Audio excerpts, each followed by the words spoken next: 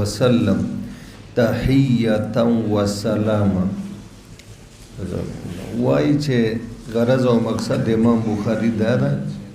چې مدینه نه اعراض کوونکی نفرت کوونکی خراب خلق دي. اعراض او نفرت له مدینه نه مذموم ده.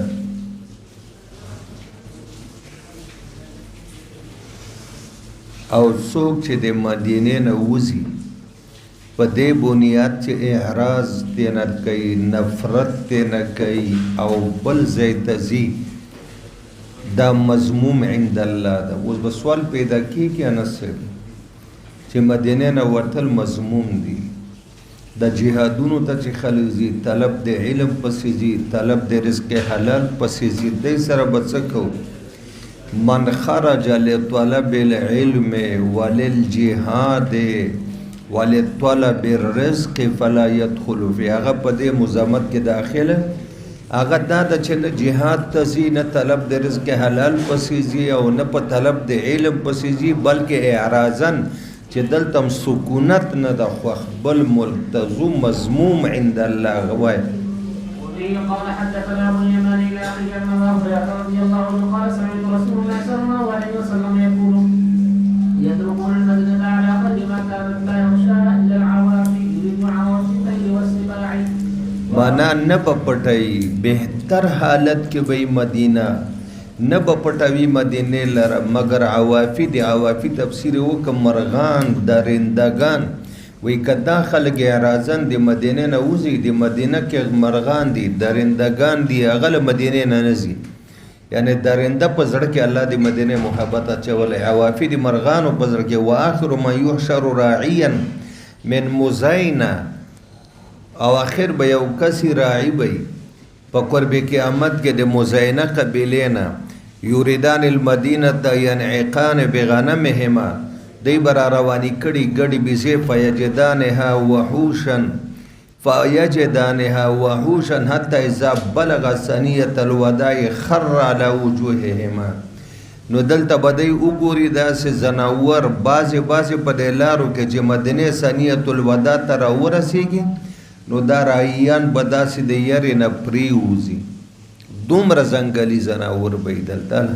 وبه قال حدثنا عبد الله بن يوسف الى عن سفيان بن ابي زهير رضي الله عنه انه قال سمعت رسول الله صلى الله عليه وسلم يقول تفتح اليمن فياتي قوم يبصون فيحملون باهلهم ومن اطاعهم والمدينه. یمن به فتح شي، بعض خلک به یو خانو باندې کینی کډي به بار کې یمن ته به منډي وهي سره د کور او سره د بچو نه. ومن اطاعهم، او چې څوک د دې خلکو متعلقین دي، لکه اوس پلار زی زمون بور سره زی کنه جی ورور زی ورونه ور سره زی متعلقین. ومن اتوا والمدینه خیر لهم لو كانوا يعلمون. یاره مدینه کې ورته زندگی خوا خو کاش کې چې دی پوهه دی. مدینه پرې خدا یمن ته لاړل. شام به فتح شي، یو قوم به ووري چې شام خو ډېر سرد او سیراب ځای ده، نو ټول قوم قبیله به کډي والی روان بشي مدینه نه شام ته. ویالک ومن اطاعهم متعلقین او دوستان. والمدینه خیر لهم، کاش کې چې دی پوهیدای چې مدینه کې زمونږ د پاره ژوند او زندگی بهتره ده، دی به شام او یمن ته نه وی تللی. ويفتح العراق فياتي قوم يبصون فيتحملون باهلهم ومن اطاعهم والمدينه خير لهم لو كانوا يعلمون. ترجمه الباب سره په مناسبت باندې پوه شوي چې یمن فتح شو، ټول کډه وکړه لاړ، خو دا خو علم جهاد ته نه دي تللی، سکونت ته لاړ کنه. عراق فتح شو، ټول کډه لاړ. شام فتح شو، کډه سره لاړ، دوستانو سره لاړ. خو اعراض یو کړي مدینه نه، نفرت یو کنه علم پسې جهاد پسې سړی جنو کډه ګرځي، خدا اعراضن لاړ کنه. وی مدینه دی ته بهتره وای، خو کاش کې چې دی پوهې دی. باب الایمان رسول المدینه. ورا حدیث تیر ده قرب قیامت کې به د ایمان ټول ایمان نه مراد اهل ایمان دي، ځکه ایمان خو عرض د ایمان خو نه راجمع کېږي، ایمان په اهل ایمان کې ده. دا ټوله دنیا کې به بدامني وي. د امن ځای به حجاز مقدس او د حجاز مقدس زړه کې به مدینه منوره د امن ځای. دا خلک به مدینه ته راټولیږي، لکه ګوره چې کله خوف خطره شي دین ته ایمان ته عقیدې ته عزت ته، نو مدینه کې به د هر څه محفوظ وي. و دغه وخت کې به مدینه داسې تشبیه ورکړې ده لکه مار مار چې د لړم نه هغه نه راوځي سوړې نه ګرځي خو چې کله مار پوه شي چې اوس ما ته خطره ده څوک مې وجني نو بیرته منډه کې په خپله سوړه باندې دننه شي نو د ایمان تشبیه د مار سره ورکړې ده نو ته به دا نه وایې چې هلکه ایمان خو ممدوح ده مار مضموم ده تشبیه د ممدوح مضموم سره ولې ورکړې ده نو تاسو دا نه دي ویلي چې په مشبه او مشبه کې دا مطلوب نه وي چې دا دواړه ممدوح دي که دواړه مضموم دي که یو ممدوح ده بل مضموم بلکې وجه د تشبیه بلکې وجه لکه څنګه چې مار راوځي د سوړې نه او چې کله پوه شي چې خطره ده بیرته سوړې ته ځي اسلام په دنیا کې خور شوی هم د مدینې نه د ایمان او چې کله ایمان و اهل ایمان ته خطره نو بیرته به مدینې ته راځي لکه مار ته چې خطره بیرته خپلې سوړې ته راځي بل حدیث کې به راشي ان الایمان لا یعرض الى الحجاز نو حجاز کې خو بیا ډېر مځایونه دي مکه ده تهامه ده نجد دا ده نو اول به خلک حجاز ته راشي بیا به د حجاز نه مدینې منورې ته راشي مدینه به په هغه وخت کې د امن ځای سر به محفوظي عقیده به محفوظي مال به محفوظي اولاد به محفوظي عزت به محفوظي وبه قال حدثنا ابراهيم بن المنذر الى اخره عن ابي هريره رضي الله عنه رسول الله صلى الله عليه وسلم قال ان الايمان لا يرزق المدينه كما ترزق الحجه الى لکه څنګه چې پناه راوړي واپس کېږي مار خپلې سوړې ته باب اثم من كان اهل المدينه د هغه چا ګناه چې د مدینه او اهل مدینه په خلاف مکر تدبیر او فریبونه جوړي منصوبه جوړي مکر جوړي فریب کوي مدینه سره اهل مدینه سره د مدینه د تخریب د پاره د اهل مدینه د ضرر د پاره لګیا د منصوبې دی هغه ګناه مخکې کړي خیالي فضیلت د مدینه اوس دا ذکر کوي چې څوک د مدینه مخالفت کوي د مدینه په خلاف مکر او تدبیر او فریب او منصوبه جوړي دی هغه ګناه قال حدثنا حسين بن طريق الى اخر عائشه بنت سعد قال سمعت سعد رضي الله عنه قال سمعت النبي صلى الله عليه وسلم يقول لا يكيد اهل المدينه احد الا ان معه سبحان الله وای چې تدبیر مکر منصوبه نه جوړي د اهل مدینه په خلاف احد یو کس الا خو کچام دا مکر او منصوبه او فریب او جوړ ک دوکا ان معده به خدای ویلی کما ينمع الملح في الماء رحمته د ملګه چې سړی وبو کې واچي ویل کېږي پاتې کېږي وایي داسې به دا مکرباز دوکهباز منصوباز خدای اوبه کوي لکه مالګه چې اوبو کې اوبه کېږي معنی خدای به ختم کړي مدینه و اهل مدینه به الله ساتي غرض دا د امام بخاري رحمت الله علیه چې د مدینه منورې بعض خصوصیات بیانوي بعض خصوصیات د مدینه باندې حدیث ته معلومیږي چې څه نبی پاک په اوچت ځای باندې ودرېدم خوب کې اتوام ویل کېږي اوچت ډیری ته زه په اوچت ډیری باندې ودرېدم اوچت ځای باندې ما ولیدلې مدینه منورې ته فتنې را دننه کېدې فتنې او ما ولیدل چې هر د هره فتنه ستاسو کور ته داخلېږي دا پیشنګویي وه دا څه وایي زه په یو اوچت ځای باندې خوب کې ولاړو ما فتنې ولیدې را روانې وې او مدینه کې ستاسو کورونو ته دا فتنې داخلې شوې دا پیشنګویي چې نبی پاک کړې ده اهل علم تاسو ته پته ده بطور کشف بطور الهام نبی ته کشف الهام کېږي که نه کم کشف الهام چې نبی ته الله کوي هغه ډېر زیات او قوي او مؤثر او پر اثر یې له هغه کشف الهام نه چې ولی ته یې کوي ځکه د ولی ولایت مستفاد د نبی د معجزې نه او د نبی د نبوت نه نو دا کله صادقه شوه ده د حضرت عثمان د شهادت په وخت د حضرت او د عبدالله ابن زبیر د شهادت په وخت دا دوه واقعې چې وشوې چې حضرت عثمان د کوفې او د مصر او د بصرې خلکو هغه فتنهګر راغله او شهید او حجاج ابن یوسف له طرف یزید لشکر حضرت عبدالله ابن زبیر دغه دوه فتنو ته رسول الله مبارک اشاره کړه خو ټول اهل مدینه په فتنه کې واقع شو کنه له وبه قال حدثنا علي بن عبد الله الى اخر اخبرني عروه قال سمعت اسامه قال اشرف النبي صلى الله عليه وسلم على وطن من اطعام په یو ډیری باندې لډیرا کوي د مدینه نه فقال هل تعلمون ما ارى آیا تاسو هغه چې ویني چې زی وینه ما دا دویمه واقعه دی ویخه ده ولاړ وې زه داسې څه وینم چې تاسو یې نه وینئ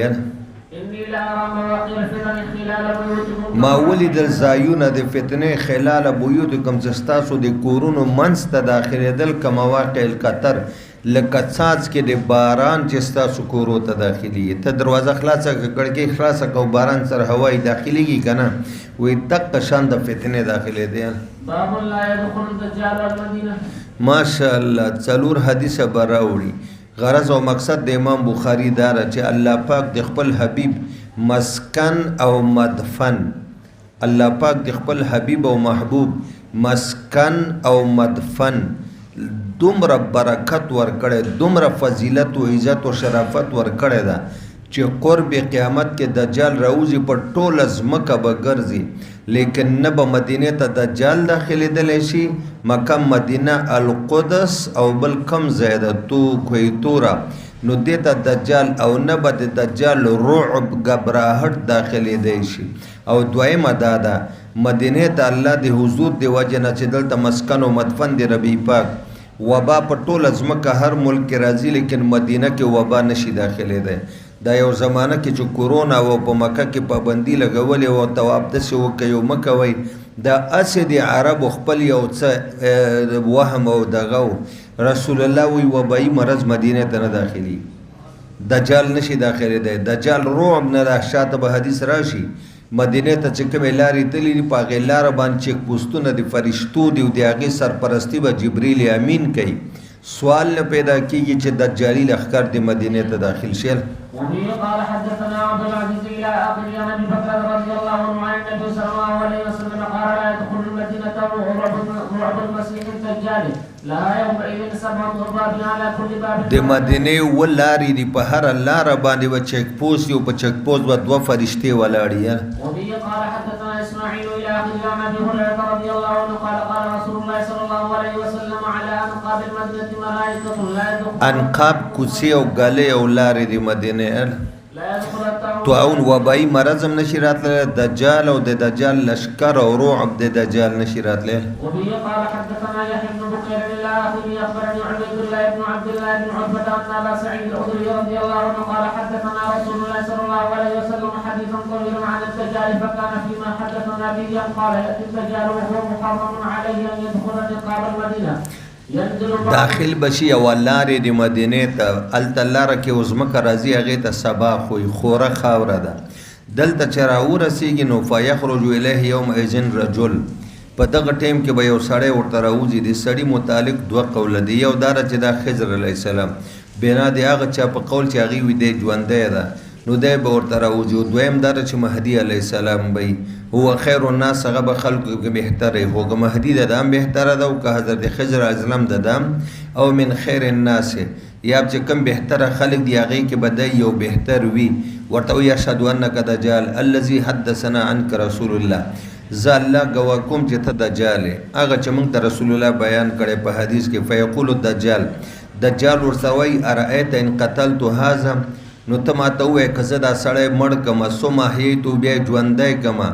هل تشکون فی الامر بیا هم تاسو شک کوئ زما په خدایي کې فیقولون لا وینا نه به کوو نو فیقتلهو دا نیک سړی به مړ کړي نو ثم یحیی بیا به یې ژوندی کړي فیقول دا چې کوم نیک سړی مړ کړي او بیا یې ژوندی کړي دی به ورته وایي حین یحییه والله ما کنت قط اشد بصیرة مني اليوم وی زما دې په خدای قسمي چې دومره مضبوطه عقیده مې ستا په دجل باندې مخکې نه وه کومه چې نن پیدا شو اوس مې پوره یقین راغی چې ته دجال دا د دجل وکړ. دجال ورته وایي هغه څنګه هغه ورته وویلې اقتله فلا یسلط علیه ورته وایي چې داسې چل وکړه اقتله بیا یې مړ کړه که نه دا سړی بیا مړ کړه او ژوندی فلا یسلط علیه په دویم ځل دجال دا سړی نشي وجلی په دویم ځل هغه وایي مخکې مې یقین لږ خو اوس مې پوره بصیرت راغی حق الیقین چې ته دجال او دا د دجل وکړه چشمبندي ده شیطان به د سړي په شکل ځان جوړ کړي یا به د خلکو چشمبندي وکړي. وبه قال حدثنا ابراهيم بن المنذر الى اخره حدثني انس بن مالك رضي الله عنه عن النبي صلى الله عليه وسلم قال ليس من بلد الا نشته یو ملک د ملکونو نه مگر پایمال به کې دجال د دجال قدمونه بل درسي. ګوره مولانا صاحب 40 ورځې به په ټوله ځمکه ګرځي اوله ورځ به د کال برابرې، دویمه د میاشت، دریمه د جمعې، باقي د عام ورځو. ټولې دنیا کې به وګرځي، خپل لشکر سره یهودیان به، لیکن څلورو ځایونو ته، مکې ته، مدینې ته، کوهی تور ته، بیت المقدس ته، دې ته نشي ختلی، نه رسېدی شي. دلته فرشتې راغلي ناست دي، هغوی چیک پوسټونه دي چې راځي را په مخې وهي بېرته یې واپس کوي. نقاب ویل کېږي لارې ته او کوڅو ته.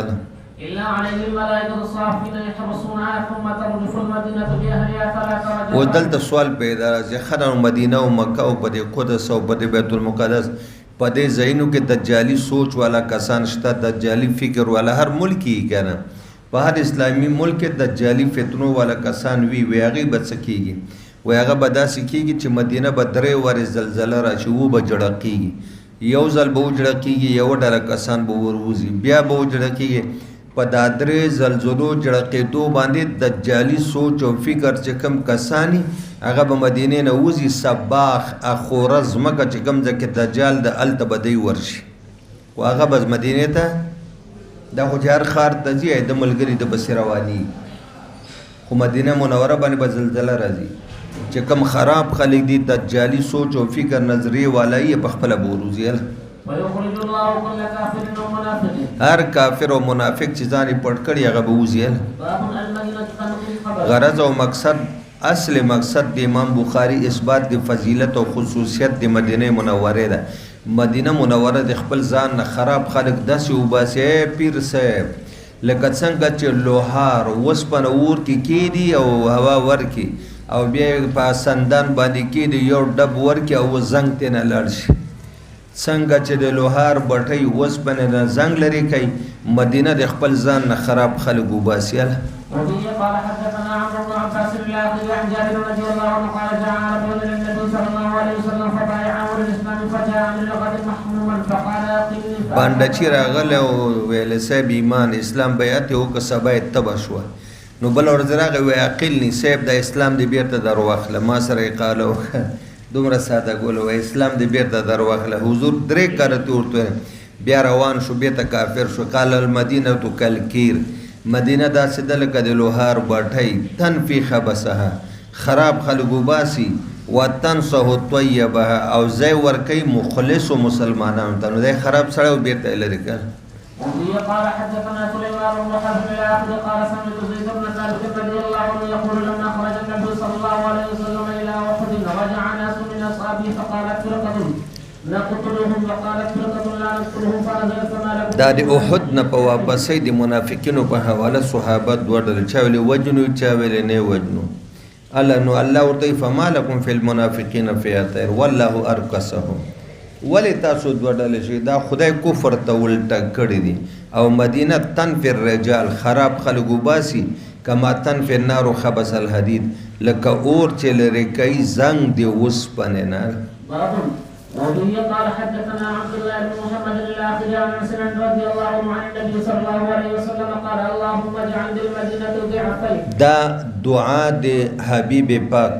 دا متقاضی د فضیلت او خصوصیت ده. اے الله ستا خلیل تا ته دعا کړې وه مکې ته د برکت، زه ستا حبیب ما چې د خلیل په دعا د مکې ته کم برکتونه ورکړي دي، زما په دعا مدینې ته د هغې 2 چنده برکتونه ورکړه. خو دا ګوره یو هغه برکات دي چې هلته مونځ یو په 1 لک د معنوي، یو سوري برکات. تاسو په خدای یقین وکئ چې په مدینه طیبه کې هغه حاجي ته پته ده، هغه خوراکونه، هغه فروټ چې په 4 ګوټه دنیا کې څه وي هغه مدینه کې وي، کمی به محسوس نه کې. تاسو دلته مونږ یو ځلې د جناب پارک کې جلسه وه، نو چې کله 2 بجې کېدې پېښور ګردونوا کې نه تنرونو کې روټۍ وې،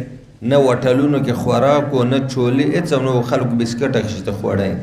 او 100 لکه کسان مدینه کې ګرځي. د حاجي صاحب نه تپوس وکئ، ته به وایي چې د وټل نه چاړو خوراک نه ده کړی، هغې به 2-3 لکه ریال سیل کړی، او دا فروټ به وګورې، ته به وایي چې د دوکان نه به چا یو کیله نه یې خوړلی، یو ام به نه یې خوړلی، د اوړي جمعې میوې په یو ځای، او هغه به په زرګونو روپۍ باندې سودا کړي. د یو شي کمی پکې لیلن نهارن 4 موسمه د کار نه کوي. دا د نبی پاک هغه دعا ده چې دوه چند برکات الله پاک ورکړي دي مدینه ته. اللهم اجعل بالمدينة ضعف ما جعلت بمكة من البركة. وبه قال حدثنا قتيبة إلى آخره عن أنس رضي الله عنه النبي صلى الله عليه وسلم كان إذا قدم من سفر فنظر إلى جدرات المدينة أو وضع راحلته وإن كان على دابة حركها من حبها. د مدینه د محبت د وجنه چې په مدینه به نظر ولګي د سورلۍ به تیز کړل. وباب كراهية النبي صلى الله عليه وسلم أن تورى المدينة. رسول الله په دې خفه کېده چې مدینه دی ورانه شي، مدینه د خراب شي. غرض او مقصد د امام بخاری دا ده چې ټوله آبادی د مدینه رسول الله ته محبوبه وه او یوه کمره ورانېدلو باندې رسول الله مبارک خفه کېده. ورانول نه خوښول او آبادي یې خوښوله. وبه قال حدثنا ابن سلام لله عن انس رضي الله عنه قال اراد بنو سلمة ان يتحولوا الى قرب المسجد فقال رسول الله صلى الله عليه وسلم ور بنو سلمة لږ لرې پراته د مدینې قرب و جوار کې چې کوم کورونه ولاړه شام هغې ویلې موږ به لاړ شو دا کنډرې به پټې کړو لږ به نږدې شو. رسول الله مبارک ودی نه دا کارونه کې بنو سلمه دیارکم الزمو دیارکم تکتبوا آثارکم په خپلو کورو کې پاتې شئ، مسجد نبوي ته راځئ. 500 قدمه فاصله ده، 500 به درته حسنات لیکلی شي، 500 سیئات محوه کېږي، 500 د عزت درجې اوچتېږي. کنډرې مه جوړوئ یاله. وقال رسول الله صلى الله عليه وسلم ان تورى المدينة وقال يا بني سلمة الا تحتسبون اثاركم. ولې تاسو نه غواړئ چې تاسو ته په یو قدم ثواب میلاو شي، د عزت درجه اوچته شي او ګناه معاف شي. وفي باب وبه قال حدثنا مسدد الى اخره عن ابي هريره رضي الله عنه عن النبي صلى الله عليه وسلم قال ما بين بيتي ومنبر. د باب کې چې عنوان ورسره نشته ترغیب ورکړی د آقا مدني سکونت او اقامت فی المدینه ته. نو که تاسو سکونت غواړئ اقامت غواړئ نو مدینه منوره کې وغواړئ. زما ګوره د کمرې د عایشې صدیقې منبر منځ کې دا ټوکړه د جنت باغچه ده. یا حقیقت کې دا له جنت راغلی ده او بیا به جنت ته ځي، یا دلته لمونځ او عبادت سبب د حصول جنت ده. او منبر زما په حوض حقیقت کې دا کم ځای کې چې په روض ریاض الجنه کې منبر د نبی پاک ده، همدې لاندې به د قیامت ورځ حوض یاله. یا دا د لکه څنګه چې حوض د سړی تنده ختموي، منبر نه د معنوي تنده ختمېږي یاله. وفي قال حدثنا عبيد بن اسماعيل الى اخر عائشه رضي الله عنها قالت لما قدم رسول الله صلى الله عليه وسلم المدينه وعيت ابو بكر وبلال فكان ابو بكر اذا اخذته الحمى يقول. دا مخکې تېر دانو که تاسو ته یاد وي خو موږ اوس دا غلطي کوو چې یادون. کله چې هجرت وشوه، هجرت نه بعد ابو بکر او په حضرت بلال تبې راغلی، مدینه کې لږ تبې به وی. عایشې ابۍ حضور ته وویل چې قربان کې اجازه دې د بابا جان او د بلال تپوس ته ځم. وی لاړه چې لاړه نو حضرت بلال هم خفه و تبې و ابو بکر او دواړو مکه یادول او د مکې ابو هوا یادول. نو چې بیرته راغلم بیا به حضور ته وویل وی صاحب دواړه خو مکه یادوي او ګرمې تبې. نو حضور دعا وکړه خدای د مدینې تبې جحفې ته نازلې کې، د مدینې نه اوچتې که په جحفه. نو دا ټوله وبایي تبې وې دا خدای اوچتې کې جحفه کې یهودیان اوسېدل. اوس تبلیغ والوی خیرې به نه کوئ. رسول الله ویل خدای دا ګرمې تبې وبایي اوچتې که او جحفه کې په یهودو نازلې که. جحفه کې موسم دومره ګرم و، فضا کې به چې مرغه تېرېده را پرې به وته او د چینو اوبه داسې وې چې خوټ کېدې به هغه خیره و حضور کړی. مدینې نه هغه تبې ختمې شوې. وای خدای ابو بکر او بلال ته مدینه داسې محبوبه که لکه څنګه د چې مکه ورته محبوبه کړی و. نو بیا ډېره نه یادوله. نو دغه اشعار چې دلته راځي د ګورو مخکې تېر شوي دي. وایه هر سړی شپه تېروي په خپل کور کې او مرد دلته نږدې ده د چپلۍ د تسمې نه هم اله.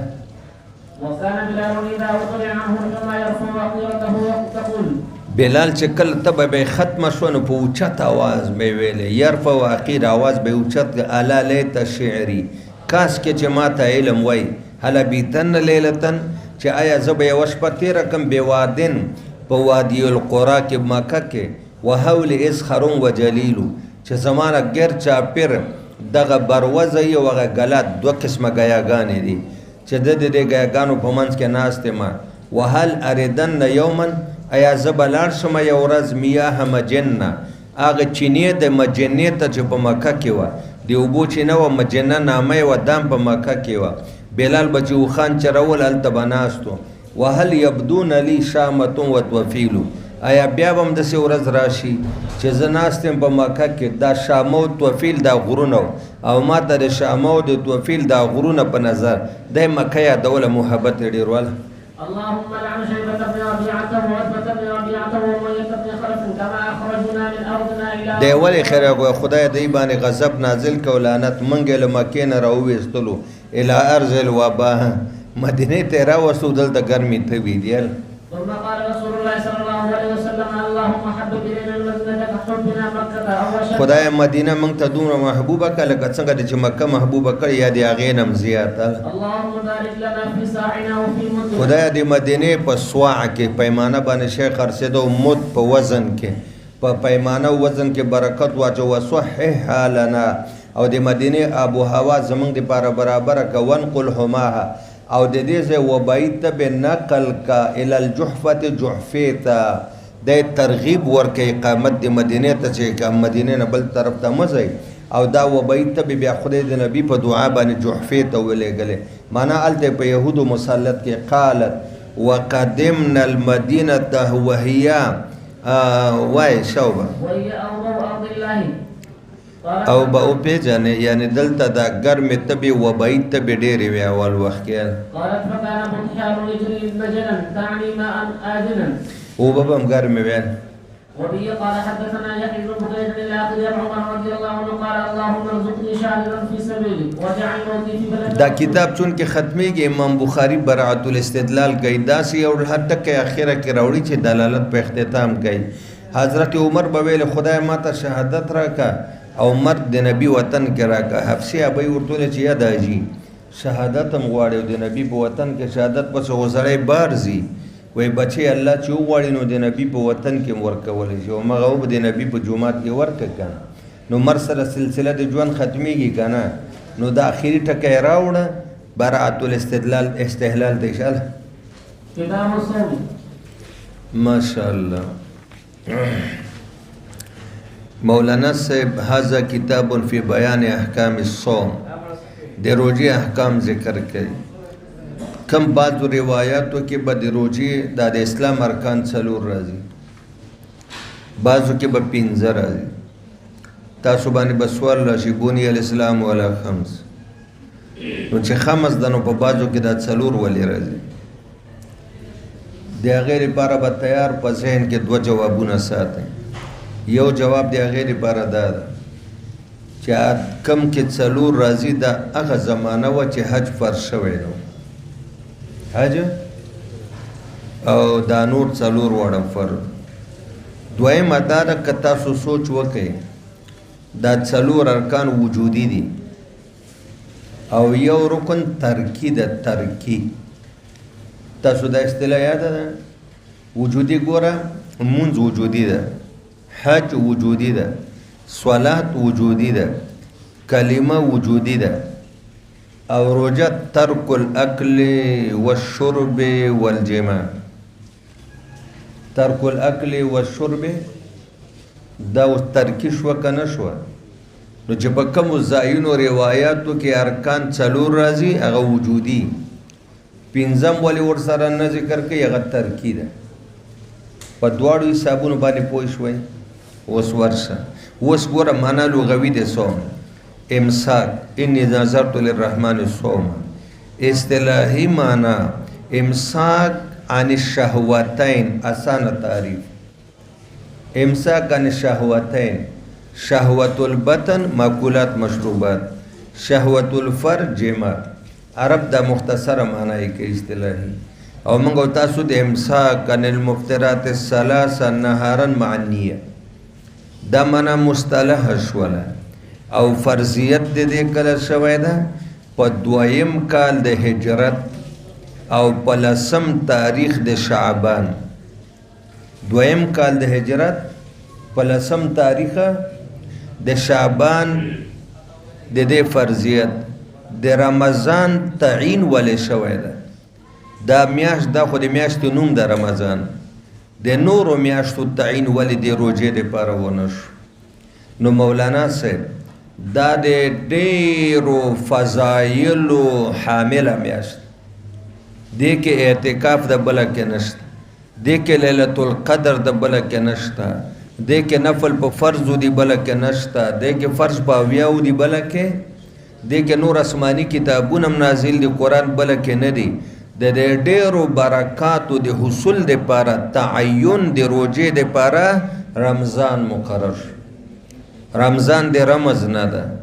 رمز ویلې کېدلو ساقطېدلو ته وایي او دې وجه نه ورته رمضان وایي چې روژه دې ونیوه نو ګناهونه دې ویل شول او ساقط شو صغیره ګناهونه او د غټو نه به الله د توبې توفیق درته درکړي او د دې نه مخکې دا م یاد که بیا لږ منډه ووهه چې هلکه رمضان فرض نه و نو څه روجې به موږ نیولې دوه قوله دي اول ایام بیز د هرې خدایي میاشتې دیارلسم څوارلسم پنځلسم هره میاشت او هغې نه پس بیا دا ختم شو لسم د محرم او دویم قول دا ده چې اول لسم د محرم او بیا ایام بیز راغله اول تغییر دا راغی بیا ایام بیز د هرې میاشتې دیارلسم څوارلسم پنځلسم بیا هغه منسوخ شو هغې پسې رمضان دېرش روژې راغی او کما کتب علی الذین من قبلکم دا تشبیه نفس په فرضیت کې ده نه په کمیت کې نسواراو خو 50 روژې نیولې اول 13 په فرض وي بیا دوه بادشاهانو واقع ده تاسو تفسیر کې ویلې نو دا تشبیه کما کتب علی الذین معنا دا داسې عبادت نه ده چې صرف په تاسو نه مخکې خلکو باندې و خو کاب د تشبیه ده تشبیه په فرضیت کې ده او په کمیت کې او په کیفیت کې نه ده ورپسې نورې تبدیلي راځي هغه درته وایم وایه لږ منډه ووایه باب وجوب صوم رمضان وقول الله تعالى يا ايها الذين امنوا كتب عليكم الصيام كما كتب على الذين من قبلكم لعلكم تتقون لوب لباب د روجې دار چې تانه به متقي جوړیږي وبه قال حدثنا قتيبة بن سعيد العاقل طلحة بن عبيد الله رضي الله عنه ان عربيا جاء الى رسول الله صلى الله عليه وسلم سائر رأسه فقال يا رسول الله اخبرني ماذا فرض الله علي من الصلاة فقال الصلوات الخمس الا ان تطوع شيء فقال اخبرني ماذا فرض الله علي من الصيام فقال شهر رمضان الا ان تطوع شيء فقال اخبرني بس که نفل نیسي هغه بیله ده او که نه دا 10 روجې دي ماذا فرض الله علي من الزكاة قال فاخبره رسول الله صلى الله عليه وسلم بشرائع الاسلام فقال والذي اتمك بالحق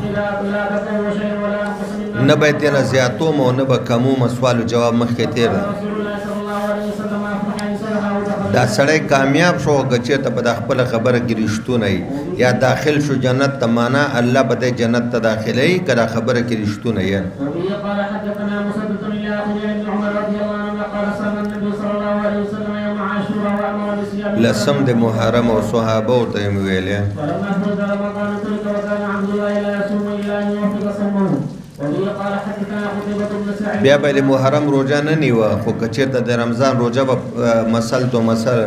الا د ده د عادت مطابق روژه به د لسم سره برابره شول وبه قال حدثنا قتيبة بن سعيد الاخر عن عائشة رضي الله عنها ان قريشا كانت تصوم يوم عاشوراء في الجاهلية ثم امر رسول الله صلى الله عليه وسلم بالصيام حتى فرض رمضان فقال رسول الله صلى الله عليه وسلم من شاء فليصوم ومن شاء بس چې روژه فرض شوه د هغې نه پس فرضیت د عاشورې لاړ وایي که څوک یې نیسي مستحب ده او که نه نیسي ګناه نشته باب فضل الصوم فضیلت د روژې اویا فواید د روژې دي اویا فضایل د ټولو نه غټه فایده یې دا ده چې د سړي مشابهت راځي تخلق باخلاق الله الله پاک خوراک ښه منزه ده که نه تخلق باخلاق الله دویم تشبه بالملائکه ملائکه هم دا د خوراک نه کوي دریم مغلوبیت د نفس اماره بالسوء څلورم اقتصاد پنځم د غربت او د غرباو د حال نه خبرېدل پرېږده اویا فایدې دي هله شه وفيه قال حدثنا عبد الله بن مسلمة الى اخره عن ابي هريرة رضي الله عنه رسول الله صلى الله عليه وسلم قال الصيام جنة فلا ډال د ډال سړی په ډال د ګزار نه باندې ځان بچ کوي په روژه د شیطان نه ځان بچ کوي ولا يرفض ولا يجهل فإن امرؤ قاتله او شاء نه به بې حیایي کوي او نه به جهالت جنګ جګړې وإن امرؤ قاتله شاته که یو سړي ورسره جنګ کو یا یې ورته کنځلې کولې دی دې ورته وایي چې زما روژه ده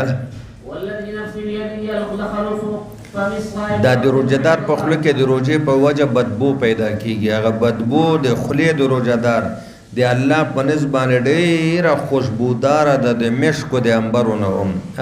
يترك طعامه وشرابه وشهوته من د روزهدار خوراک او څښاک او مشتهیات برخې د جما زما د وجې نه الصيام لي وانا اجزي به والحسن روزه زما دپاره ده او زه به د لږ غوندې ورته وګورئ ولې نور عبادتونه د چا دپاره دي معنا نور عبادتونه کې ریا کېدی شي خو په روزه کې یو سړی دننه خوراک کوي بچا ته پته لګي دا قرنګ وانا اجزا به نور اعمال باندې به جنت ملاویږي د روزه بدل کې به روزهدار ته زما ملاقات ملاوي انا باب الصوم كفاره دا روزه چې کفاره ده غرض رمضان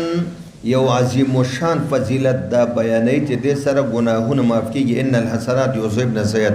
الصيام من الحسنات والحسنات یذهبن السیئات فالصيام یذهبن السیئات وبه قال حدثنا علي بن عبد الله الى اخر الحديث قال قال عمر رضي الله عنه من يحفظ حديث النبي صلى الله عليه وسلم في الفتنه قال حذيفه انا دا روایت بدرې واره تیر د جو عمر صاحب د فتنو ته پوسو کړ فتنه الرجل في اهله وماله وجاره وكفر والصلاه والصيام والصدقه قال ليس اثر عن به فانما اثر عن التي تموت كما يموت البحر قال ان دون ذلك بابا مغلقا قال وی عمر ته څه کې استاو د فتنو منځ کې بند دروازه ده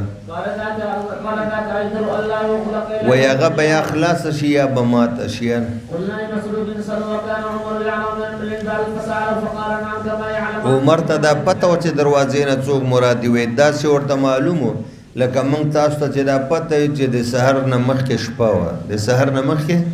هغه ته پته و چې دروازه زه یم نو چې حذیفه وویل چې نه ماتېږي خلاصېږي نه ماتېږي معنا شهید کېږي هماغه چې د فتنو دروازه خلاله باب الريان للصائمين غرض د مصنف دا ده چې د جنت 8 دروازې دي د جنت 8 دروازې دي او د جهنم 9 دروازې دي د جنت 8 دروازې ولې دي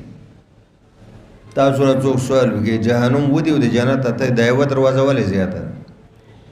دا یو دروازه یو ګوره باب الصلات باب الحج باب الزکات باب الصدقات باب الجهاد دا یو دروازه زکه زیاته او باب ریان علاوه چې اویا زره کسان چې هغه سره باویا زره نوري یو سره دا خدای بلا حساب او بلا کتاب جنت تلی هغه دروازه به دیغه کسانو دی په دا یو دروازه ریان دی رینه د خړو بول والا دروازه دا به د روزدارو دی بار چې تا په جون جولای اگست کې روزې نیولې تندر براشه دا د زنجبیل او سلسبیل د چینینه با د سونی او د چاندې په ګلاسو کې وب ورکیا وبه قال حدثنا خالد بن مخلد الى اخر الانصار رضي الله عنه عن النبي صلى الله عليه وسلم قال ان في الجنه باب يقال له الريان ويدخل منهم الصائمون يوم القيامه لا يدخل منهم احد غيرهم يقال اين الصائمون فيقولون لا يدخل منهم احد غيرهم فاذا دخلوا ذلك فلم يدخل منهم احد وبه قال حدثنا ابراهيم بن المنذر الى اخر عن ابي هريره رضي الله عنه رسول الله صلى الله عليه وسلم قال من انفق زوجين في سبيل الله يؤتي من ابواب الجنه زوجین لکه 2 درهم 2 دینار 2 ریال 2 ډالر دا شان 2 جوړه جامې 2 جوړه پیزار انا يا عبد الله هذا خير فمن كان من اهل الصلاه دعي من باب الصلاه ومن كان من یعنی چا باندې چې د منظر رنگ غالب وي نور عبادت کوي خو زیات مونږ کوي بازو باندې د صدقه نور عبادت د صدقه بازو باندې د جهاد بازو باندې د دعوت لامغه دروازې ورته چغه کیږي چې راځل ومن كان من اهل الجهاد دعي من باب الجهاد ومن كان من اهل الصيام دعي من باب الريان ومن كان من اهل الصدقه دعي من باب الصدقه فقال ابو بكر بيدي انت يا رسول الله ما على من دعي من تلك دا ما علم معنا د کراتو کړه ډیر خون بول پښتو کې معنا و کام فهمه ما علی ابو بکر وی صاحب هغه سړی بل څومره بختوري خوش قسمت او خوشبخت وي چې د ټولو دروازو نه ورته आवाज کی د ټولو جدا بچوږي دا څومره بختور او خوش قسمت وي چې د ټولو دروازو نه ورته आवाज کیږي او بل چې دې ته څه ضرورت ده خو سړی خو په یو دروازه دینه نه کیږي نو دا د ټولو دروازو نه आवाज سره پاره کیږي او دریم فهل یدعى احد من تلك الابواب كلها آیا داسې بختور به وي چې له دې ټولو دروازو دا درې دیو سوال درې جوزه شو کنه جواب قال نعم وارجو ان تكون منهم ابو بکر او داسې سړی به وي چې د ټولو دروازو به ورته آواز کېږي زما امید د هغه به همداته و د دې نه دا معلومه شوه چې د ابوبکر عظیمترین فضیلت ثابت شو د ده جنتي کېدل قطعي ثبوت شو او د دې نه انکار کول کفر ده په دې کې دا ثابته شوه چې په ټولو صحابو کې د انبیاو نه پس د ابوبکر نه د اعلی درجې او مرتبې والا بل څوک نشته او هر څوک چې د دې نه انکار کوي کافر کېږي نه باب هل يقال رمضان وشهر رمضان ومن كله واسع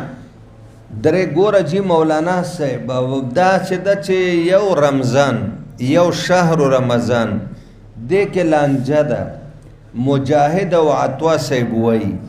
چې رمضان به بدون اضافت نه ذکر کوي که ذکر کوي شهر رمضان به وایي او د جمهور مذهب دا ده که رمضان بدون اضافت ذکر کوي که شهر رمضان مع الاضافت ذکر کوي حرج مرج پکې نشته دواړه جایز دي اوس امام بخاری دی جمهور رایه تایید کړه وای رمضان او شهر رمضان ومن را كله واسعه او دی هغه چا رایه چې دواړه جایز غني اما علی اضافت ام بدون الاضافت جمهور تایید وکړه وقال النبي صلى الله عليه وسلم صام رمضان وقال لا تقدمنا رمضان وبه قال حدثنا قتيبة الى اخر يا نبي ابي هريره رضي الله عنه رسول الله صلى الله عليه وسلم قال اذا جاء رمضان فتحت ابواب الجنه د جنت دروازې کلاویږي وحدثني يحيى بن بكير الاخر قال حدثني ابن ابي انيس المولى اليتيمين ان اباه حدثه انه سمع ابا هريره رضي الله عنه يقول قال رسول الله صلى الله عليه وسلم اذا دخل رمضان فتحت ابواب السماء اوس مولانا صاحب چې د شیطانان وتر وغلقت ابواب جهنم وسللت الشیاطین بیا د خلک د رمضان کې د ټولو نه زیات ګناه رمضان کې خلک ویل کده ګټ میاشت لوټ مار یو شی د 550 خرڅي 500 خرڅي نو چې دروازه د جنت ګلاو د جهنم بند شیطان تړلې شوی د ګناه به ولې کې د خو نه جواب دي درې بدرته زو کم چې خبره لنډ شي اول دا د چې غټ غر سرداران بدمعشان لیډران د شیاطینو تړلې کی دا واړه واړه خنازره ګرځي دویم عدالت د ګناه لپاره سبب یوازې شیطان خو نه ده نفس اماره بالسوء هم ده نفس دا رمضان کې چې بده کومه ګناه کوي دا د نفس اماره بالسوء دی وجه نه ده دریم عدالت چې دا اثر د ما تقدمه ده اثر د دې چې لږ تفصیل وکړه ته وضاحت خیر د ګټې مې واخیست اثر د ما تقدمه مثال درته وایم دا یو لسمیاش د خو نه دی ویلي شیطان تړلی کېږي هغې کې خو آزاد دي لیډران یې مزاد دي او کشران یې مزاد دي نو دا یو لسمیاش دی چې شیطان کمه خواري کړې وه په دې مسلمان د هغې اثرات رمضان کې محسوس کېږي دی لګیا د ګناه کې اثر د دې مثال واوره دې پندو ته لاړ شي د لوهار دکان کې چې هغه بټۍ لګولې د اور لګېږي او هوا ورکوي بنۍ ته او اوسپنه په دې اور کې ایښې ده هغه اوسپنه د اور په شان سره یې که نه وي چې راوې باسي څو ګلاس ورته وړی شي 2 ګنټې پس هم دې ته څو ګلاس نه شي وړی هغه په دې هغه باندې نه شي بل شي باندې اثر د ما تقدمه دا ده چې 2 ګنټې مخکې دا په اور کې ایښې وه او 2 ګنټې پس هم دا ګرمه ده خو د ما تقدمه اثر ده که نه دغه شان ته دا 11 میاشتې چې شیطان په دغه محنت کړی و دا د هغه اثرات دي او څلورم جواب هم د الله رضا لپاره ثناءالله درته وکړمه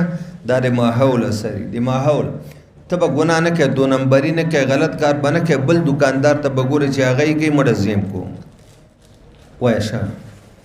وهو سلسلة الشياطين باب رؤية الهلال لیدل د میاشتې ګوره د میاشتې حساب فرض ده خو فرض علی الکفایه ده او بله دا ده لیدلو ته ترغیب ورکوي بعضې وایي مستحب ده خو دا ګوري فرض ده بعضو ورته واجب علی الکفایه ویلی دي چې یو څو کسانو اراده وکړه چې موږ به د رمضان میاشت او د اختر ګورو نو بس ټیک شوه نو شاته به راشي چې د اختر میاشت دا جمع غفیر به ګوري او په روژه کې چې 2 کسه عادلان او ریاضي او 2 کسان راشي او هغه عادلان یو د هغې په شریعت برابري قاضي به یې ګواهي قبلوي وبه قال حدثنا يحيى بن بكير بن العاص اخبرني صالح ان ابن عمر رضي الله عنه قال سمعت فإذا رأيتموه فأفطروا فإن غم عليكم فاقدروا له او که اسمان کې وریځ او میاشت نه ښکارېده بیا 10 ورځې د شعبان پوره کړئ. باب من صام رمضان إيمانا واحتسابا ونية. غرض دا ده چې تعین د روژه دا روژه نه دا یو رکن د اسلام ده او پارکانو د اسلام کې نیت ضروری وي، شرط مانځه کې حج کې وغیره، نو بغیر د نیت نه تقرب الی الله نه راځي. ولی یو سړی د ډاکټر وایستا دستونه دي ته ماښام پورې خوراک مه کوه، دا هم روژه ده. د عبادت ته او د عادت منځ کې چې فرق راځي دا په نیت باندې راځي. نو نیت وکړه چې ستا دغه امساک ذریعه د تقرب الی الله وګرځي. او دویمه دا ده چې دا روژې ته عمل وایي که نه وایي، انما الاعمال بالنیات. اله شب وقالت عائشة رضي الله عنها عن النبي صلى الله عليه وسلم يبعثون على نياتهم. د قیامت په ورځ به هر سړي سره موافق د نیت عملي او د نیت مطابق به د قبر نه پاڅي. وبه قال حدثنا مسلم بن ابراهيم الى اخر عن ابي هريره رضي الله عنه عن النبي صلى الله عليه وسلم قال من قام ليله القدر ايمانا واحتسابا غفر له ما تقدم من ذنبه ومن صام رمضان ايمانا واحتسابا غفر له ما تقدم من ذنبه. باب وجود من كان النبي صلى الله عليه وسلم رسول الله مبارک په ټول عمر سخا کوله، خو د ټولو نه زیاته سخای په رمضان کې و، ام سوری ام معنوي دا و چې تلاوت او دور به 2 واره کو، او سوری دا و چې صدقات به ډیر کول. نو صدقات باندې اجر ډیر دی، 1 روپۍ په 200، نفل باندې د فرض او ثواب ده. نو معنوي او سوری صدقه، معنوي ذکر او اذکار او تلاوتونه عبادت، او سوری پیسې ورکول یا نقد یا جنس خلقو ته. وبه قال حدثنا موسى بن اسماعيل الى اخره ان ابن عباس رضي الله عنه قال كان النبي صلى الله عليه وسلم اجود الناس بالخير وكان اجود ما يكون في رمضان حين يلقاه جبرائيل، وكان جبريل يلقاه كل ليله في رمضان حتى ينصرف يعرض عليه النبي صلى الله عليه وسلم دور د قران به کو نبی پاک سره. جبريل بچراغ معنوي خیر دا دور د قران یو ځل به حضور جبريل ته ورو، یو ځل به جبريل حضور ته من الريح المرسل لکه تیز سیلی دی هغې نه فګټه فایده ډېری، نو د ډېر دور فایده هم ډېری که نه. غرض امام بخاري دا ده چې یو د روژې صورت ده او بلې حقیقت. الله تعالی زمونږ نه حقیقت د روژې غواړي، صورت نه غواړي. صورت دا د ترک الاکل و شرب والجماع، لیکن یو سړی لګیا د په همدې کې زینام کوي، هغه غیبت هم کوي، هغه بهتان هم کوي، هغه دروغ هم وایي، هغه دوکې هم کوي، هغه 2 نمبري هم کوي. دا حقیقت د روژې دا چې کم څیزونه الله پاک مؤبد بند کړي دي هغې نه ځان وساتئ. چې څوک دروغ نه پرېږدي، الله وایي زما د روژې ته ضرورت نشته. خیانت نه پرېږدي، 2 نمبري، الله وایي زما د روژې ته ضرورت نشته ده. نو اوس ته دې نه اندازه وکړه حقیقت د روژې دا ده، جمله منهیات محظورات ممنوعات پرېږده چې هغه مؤبد حرام دي. ماکولات مشروبات خو مباح دي، دا خو خدای وقتي طور سبا صادق نه تر غروب پورې حرام کړي. نو چې کوم وقتي طور یو شی حرامي هغه پرېږدي، او چې ابد الابد محظور او حرام و ممنوع هغې نه ځان نه ساتي.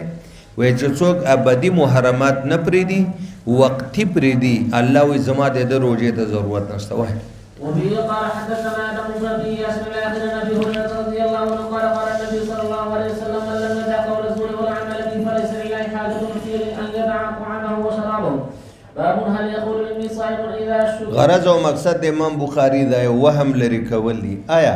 یو سړی چاته ویلی شي چې زما روژه ده، اوس تا ته وایي که چا بل ته وویل چې زما روژه ده، نو خپل طاعت عبادت ظاهر که دا ریا شوه، دی ګناهګار ده، دی په شرک خفي کې مبتلا ده. امام بخاري رحمت الله علیه فرمایي وایي که چېرته ریای مطلوب نه، سمعت مطلوب نه، شهرت مطلوب نه، او خپل طاعت عبادت چاته ظاهري، نو دی کې حرج او ګناه نشته. خبره د نیت ده قانون چې ریا دی نه. غرض ویلی شي چې او زما روژه ده، او که ریا وي نو بیا حرامه ده. وایي وفيه قال حدثنا ابراهيم بن موسى الى اخره عن ابي صالح الزيادي انه سمع ابا هريره رضي الله عنه يقول قال رسول الله صلى الله عليه وسلم قال الله كل عمل ابن ادم له الا الصيام فانه لي وانا اجزي به والصيام جنه واذا كان يوم صوم احدكم دا ډال ده چې کله سړی روجي نو بس دی به څه کوي فلا یسخب شور شغب به نه کوي که چا ورته کنځلې کولې یا جنګ یې ورسره کو دی دې ورته وروره زما روژه ده نه کنځلې کوم نه جنګ والذي نفس محمد بيده لخلف بالصائم يطيب عند الله من ريح المسك للصائم فرحتان يفرحهما روجهدار ته خدای دوه خوشحالي ورکوي فرحتان دوه یفرحهما چې روجهدار په خوشحالي اول اذا افطر فرحه چې روجه مات اعلان وشي اذان او روجه دی یو دا خوشحالي ده او دویم و اذا لقي رب فرح بصومه چې کله روجهدار الله سره وانا اوت ذبی معنا مرته وکړه کنه چې د هر عمل بدل کې به جنت او د جنت نعمتونه د روزه بدل کې به روزدار ته زما ملاقات ملاوي نو دی الله ملاقات چې روزدار وکي زر کاله نو دی به پروژه شکر د خدای چې روزه مې نیولې و دی الله ملاقات مې وک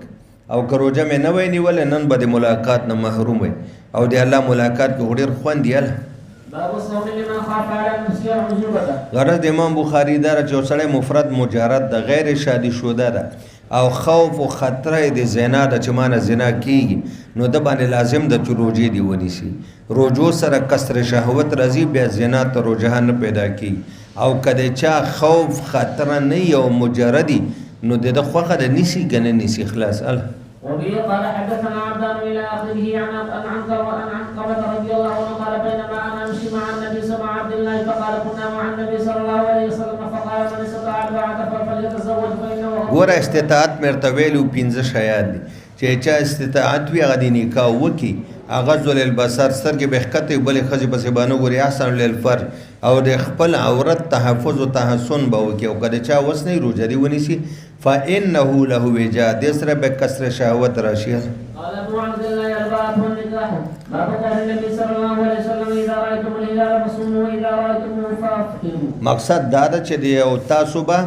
یو شک روزه نه نیسئ چې میاشت مولی د روزه ونیسئ او چې میاشت مولی د اختر وکړئ ښه